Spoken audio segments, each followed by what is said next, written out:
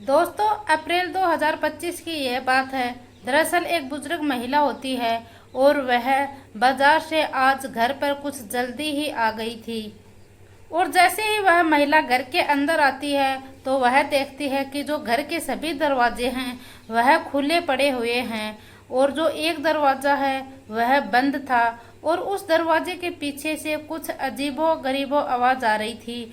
तो उस महिला ने देखा कि इस कमरे में से किसकी आवाज़ें आ रही हैं। तो वह देखती है तो वह एक खिड़की से झांककर उस कमरे के अंदर देखती है।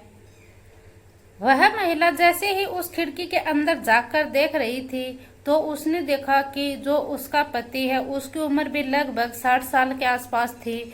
वह उस कमरे के अंदर बिल्कुल नग्न अवस्था में खड़ा हुआ था और उसके पैरों तले की जमीन तो हद से ज्यादा जब खिसक जाती है तब वह अपनी ही सगी भतीजी को भी उसी कमरे में नग्न अवस्था में खड़ी हुई देखती है। और यह सब देखने के बाद वह महिला सोचने पर मजबूर हो जाती है कि आखिरकार मैं अब करूं तो क्या करूं। और वह महिला सिर्फ कुछ भी नहीं करती है। उसके बाद वह सिर्फ चुपचाप जाकर वह बाहर सोफा है उस सोफे के ऊपर बैठ जाती है और उनका बाहर आने तक का इंतजार करती है।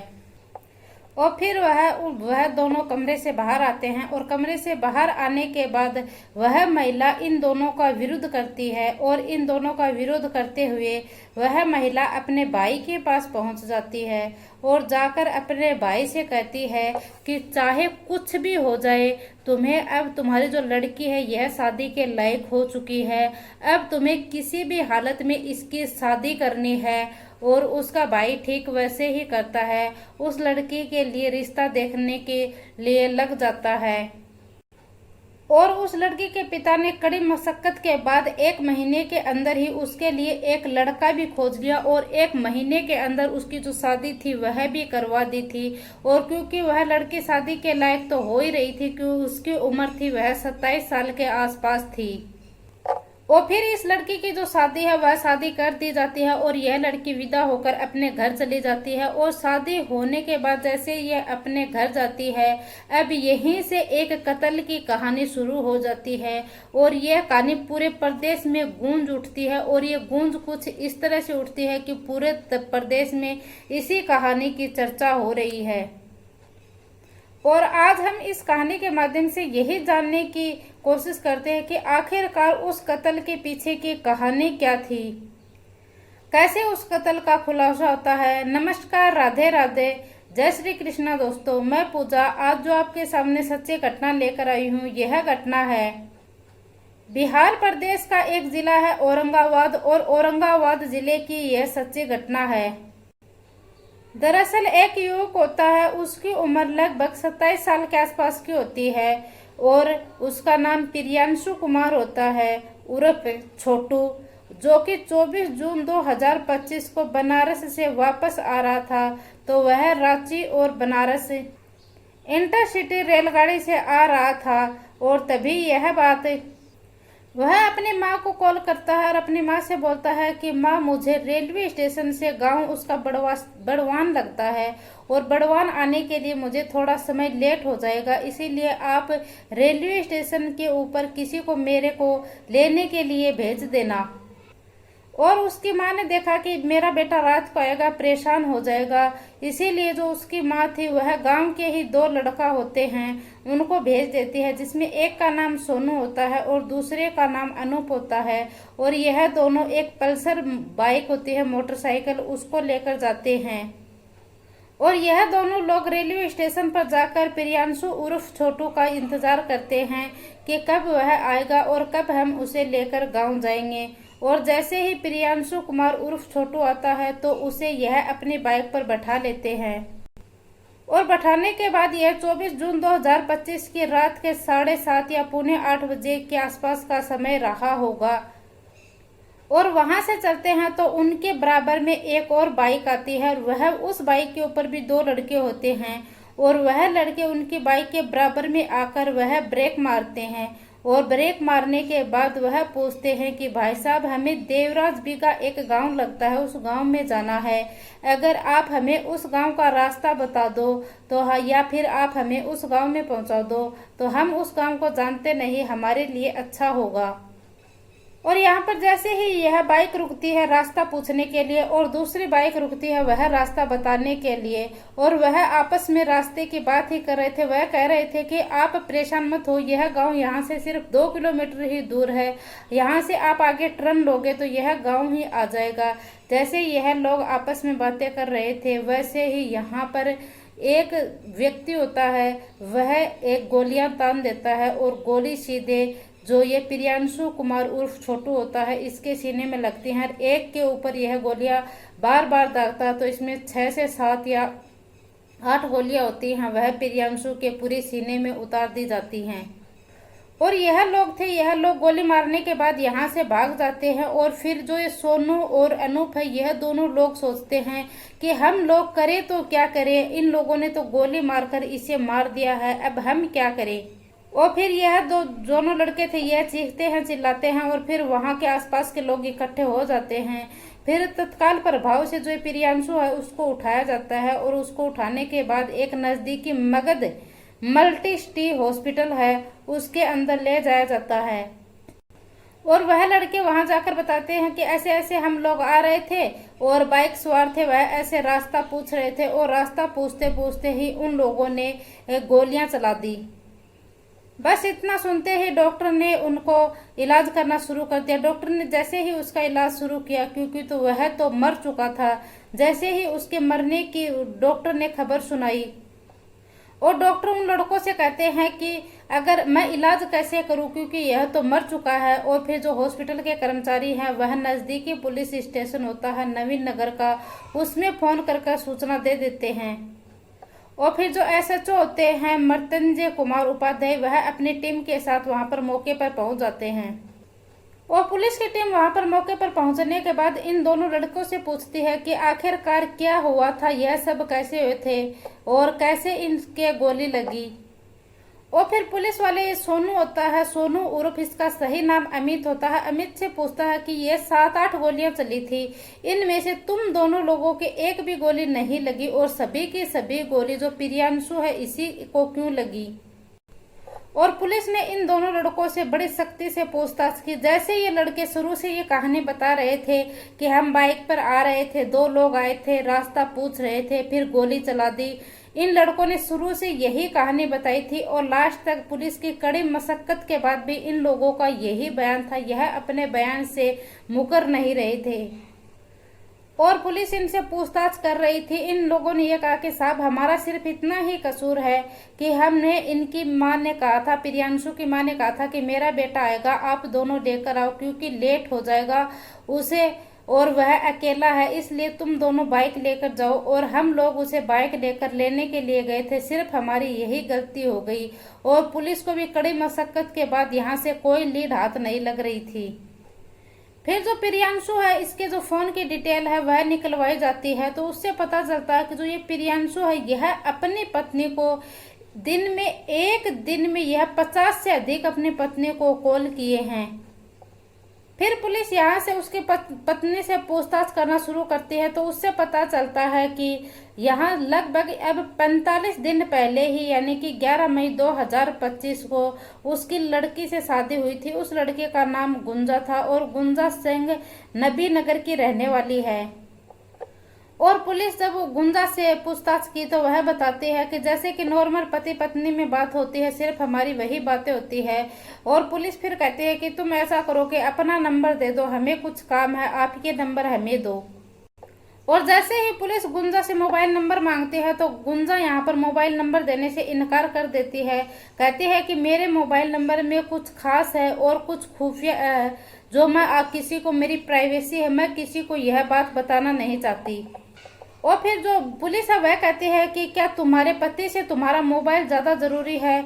और फिर पुलिस है इस लड़की से जो 45 दिन पहले शादी हुई थी उस दुल्हन से जो सवाल पूछती है उसका वह सटीक से जवाब नहीं दे पाती है, तो पुलिस इससे मोबाइल भी लेती है। फिर 2 जुलाई 2025 को इसको पुलिस हिरासत में लेते हैं और हिरासत में लेने के बाद पुलिस इसे पूछताछ करती है कि आखिरकार बात क्या हुई थी, तुम हमें बात बताओ। तो वह हर बार एक नई कहानी बताती थी, पुलिस के सामने हर बार एक नई कहानी पेश करती थी। जब पुलिस ने वह हर बार नई कहानी बताती थी तो पुलिस ने अपने तरीके से उससे पूछताछ करना शुरू की। जब पुलिस ने अपने तरीके से उसे पूछताछ करना शुरू किया तो उसने बताया कि वह बताती है कि जब मैं छोटी सी थी तब मुझे मेरा फूफा लेकर गया था और मैं अपने फूफा के साथ वहां पर चली जाती हूँ। वहां पर मेरी अच्छे से पढ़ाई हो रही थी, सब कुछ मेरा अच्छे से चल रहा था और मेरी फूफी और मेरा फूफा था वह मेरे को बड़े ही नाज प्यार से रखते थे। जब मेरी उम्र 12 साल की हो जाती है तो मेरे फूफे की उम्र लगभग 45 साल के आसपास की थी और मेरे फूफा के प्रति अट्रैक्शन है वह बढ़ जाता है और जो मेरा फूफा है उसका भी मेरे प्रति अट्रैक्शन बढ़ जाता है।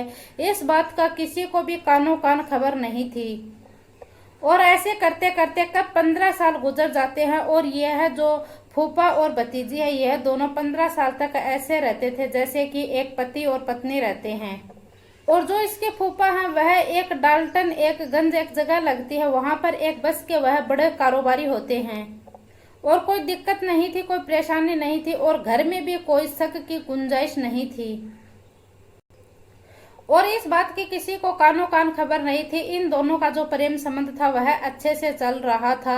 इनको जब मौका मिलता था तब यह दोनों बातें किया करते थे, मिलते थे आपस में और इसको किसी को भी कोई भी कानो कान खबर नहीं थी। जब यह लड़की शादी के लायक हो जाती है तो इसके लिए रिश्ते आते हैं तो यह जो फूफा है यह ऐसी शान पट्टी खेलता था कि इस लड़की का रिश्ता यह होने ही नहीं देता था और इस बात से गुंजा भी खुश थी कि वह भी नहीं चाहती थी कि शादी हो। ऐसे ही करते करते वक्त आगे बढ़ता जाता है। फिर यह बात है अप्रैल 2025 की और जो वह लड़की थी और उसका फूफा था वह दोनों घर में अकेले थे। जो उसकी बुआ थी वह कहती है कि मैं बाजार जाकर आती हूँ और मुझे शायद 2-3 घंटे का समय लग जाएगा और मैं बाजार से कुछ खरीदारी कर लेकर आती हूँ। और फिर जो बुआ है वह बाजार चली जाती है तो उसके बाद यह दोनों बेफिक्र होकर, घर के सभी दरवाजे खुले थे और जो उसका फूफा है जीवन राम और जो उसकी जो भतीजी है गुंजा यह दोनों बेफिक्र थे कि घर में कोई नहीं है, हम दोनों अकेले ही हैं। और जिस कमरे में थे उस कमरे को तो इन लोगों ने अंदर से लॉक कर रखा था और फिर अचानक से घर में बुआ की एंट्री हो जाती है और बुआ ने उन दोनों को नग्न अवस्था में देखा। और जब उसकी बुआ घर के अंदर आती है, घर के अंदर आने के बाद वह देखती है कि घर के सभी दरवाजे खुले हैं और एक दरवाजा बंद है। उसके पीछे से कुछ अजीबो गरीबो आवाज आ रही हैं। जैसे ही वह उस दरवाजे की खिड़की के अंदर जाकर देखती है तो वह अपने पति को नग्न अवस्था में देखती है और उससे ज्यादा तो उसके पैरों तले की जमीन जब खिसकती तब वह अपनी ही भतीजी को उसके साथ नग्न अवस्था में देखती है और उसके साथ संबंध बनाते हुए भी वह देखती है। फिर जब वह महिला इन दोनों का विरोध करती है और इनसे बात करने की कोशिश करती है तो यह बताते हैं कि यह सब कुछ तो पिछले 15 साल से चल रहा है और बुआ को इसकी बिल्कुल भी जानकारी नहीं थी क्योंकि बुआ तो एक अंधेरे में थी। और बुआ फिर अपने भाई के पास जाती है इन लोगों से विरोध करते हुए और अपने भाई को जाकर कहती है कि अब गुंजा शादी के लायक हो चुकी है, तुम्हें किसी भी हालत में उसकी शादी करनी है। वह अपने भाई को कुछ ऐसी कहानी सुनाई जिससे कि उसको भाई को भी लगा कि अब हमें गुंजा की शादी करनी है। और फिर उस लड़की का जो पिता था गुंजा का वह 1 महीने में ही लड़का देखकर उसकी शादी कर देता है। और फिर उस गुंजा को, क्योंकि वह तो शादी करने के खिलाफ थी, बिल्कुल विरुद्ध थी शादी करने के लिए, और जो गुंजा का जो फूफा था जीवन राम वह भी कहता था कि अगर तुमने किसी से भी शादी की तो मैं उसे गोली से मार दूंगा, जान से मार दूंगा। तो गुंजा कहती है, अपने फूफा को समझाती है, बुझाती है और कहती है कि आगे हम चलकर कोई ना कोई रास्ता निकाल ही लेंगे, आप बिल्कुल परेशान ना हो, आप बिल्कुल चिंता ना करो, समाज में कोई ना कोई रिश्ता तो वह निकले ही गा। और वह समाज के डर से और अपने पिता के डर से यह शादी तो कर लेती है। जैसे ही वह अपने पति के गले में वरमाला डाल रही थी उस समय उसने सौगंध खा ली थी कि चाहे कुछ भी हो जाए मुझे इसे मारना है और इसको मारने के बाद मैं सीधा अपने फूफा के पास चली आऊंगी। वह दोनों चाहते थे तो भाग भी सकते थे, भागकर भी शादी कर सकते थे, लेकिन जो फूफा था वह इस बात को मानने के लिए तैयार नहीं था। और वह गुंजा से भी कहता था, फूफा कि मैं इसे मार दूंगा, मैं तुम्हें इससे शादी करते हुए नहीं देख सकता। तो गुंजा कहती है कि ऐसे नहीं कर सकते, हम थोड़ा इंतजार करते हैं, इंतजार में मैं सब कुछ कर दूंगी, मैं इसे ऐसे समय पर मारूंगी जिससे हमारे ऊपर कोई शक ना करे। और उनकी शादी 11 तारीख को होती है और अब करके एक एक दिन बीत रहा था, क्योंकि जो फूफा था उसकी बात थी वह उसकी भतीजी से नहीं हो रही थी। और फिर जिस घर में गुंजा की शादी हुई थी उस घर में गुंजा गई थी, उस घर में लगभग 10 दिन तक मेहमानों की आवाजाही रही थी। इसी बीच जो गुंजा का जो प्रेमी था फूफा 60 साल का, वह उसके साथ उसकी कोई बातचीत नहीं हुई थी। और फिर 20 मई 2025 के बाद इसकी जो नॉर्मल बात थी अपने फूफा के साथ वह होना शुरू हो जाती हैं। और फिर यह इसे मारने की प्लानिंग करते हैं और मारने के लिए झारखंड की एक जगह लगती है गढ़वा, और गढ़वा की ही एक कांडी, और कांडी का ही एक गांव लगता है रामाबाग, और रामाबाग में दुर्वा वहां के रहने वाले 2 लड़के होते हैं, जिसमें एक का नाम जयशंकर चौबे होता है और दूसरे का नाम मुकेश शर्मा होता है। और इन दोनों लड़कों को, और यह जो दोनों लड़के होते हैं ये दोनों शूटर होते हैं। और फिर जो जीवन राम इसका फूफा होता है ये कहता है कि तुम जल्दी से जो तुम्हारा हस्बैंड है उसकी फोटो मेरे पास भेजो और मैं इसका काम तमाम करवाता हूँ। और जो फूफा है यह उसकी फोटो शूटरों को दिखाता है और यह बड़ गांव के आसपास की जो पैरवी थी वह करना शुरू कर देते हैं। और जो ये फूफा थे ये बार बार गुंजा को एक ही बात बोलते थे कि तुम किसी भी तरकीब से जो तुम्हारा पति है उसको घर से बाहर भेजो, फिर हम काम तमाम कर देंगे। फिर 22 जून 2025 को फिर गुंजा वह अपने पति से मिठाई की मांग करती है, और जो उसका पति है प्रियांशु वह बाजार तो चला जाता है मिठाई लेने के लिए। और लेकिन जो शूटर थे उनको यहाँ पर मौका नहीं मिलता था क्योंकि बाजार के अंदर बहुत ज्यादा भीड़ थी। और फिर 23 को यह जो प्रियांशु यह अपनी पत्नी गुंजा से कहता है कि मुझे बनारस में कोई काम है, मैं बनारस में कोई काम के लिए जा रहा हूँ और मैं 24 को वापस लौटूंगा, तुम अपना ख्याल रखना। और यह 23 तारीख को जाता है। फिर 24 तारीख को यह वापस आता है तो इसकी पत्नी जो गुंजा है यह बार बार इसको कॉल कर कर पूछ रही कि तुम अब कहाँ आए, अब तुम कहाँ पर पहुंचे, तुम अब इस समय कहाँ पर हो। यह बार बार ऐसे पूछ पूछ कर जो शूटर थे उनको यह लोकेशन दे रही थी। और जैसे ही जो प्रियांशु था वह नवीन रेलवे स्टेशन के ऊपर पहुंचता है तो नवीन नगर के रेलवे स्टेशन पर जो शूटर थे वह पहले से ही तैयार थे। और रेलवे स्टेशन के ऊपर इन लोगों को गोली मारने का मौका नहीं मिलता है। फिर यह यहाँ से इन लोगों को निकलने देते हैं और फिर लेम्बो ख्वाब मोड़ पर आते हैं। वहां पर जाकर यह बाइक को ओवरटेक करते हैं और ओवरटेक करने के बाद यह रास्ता पूछते हैं।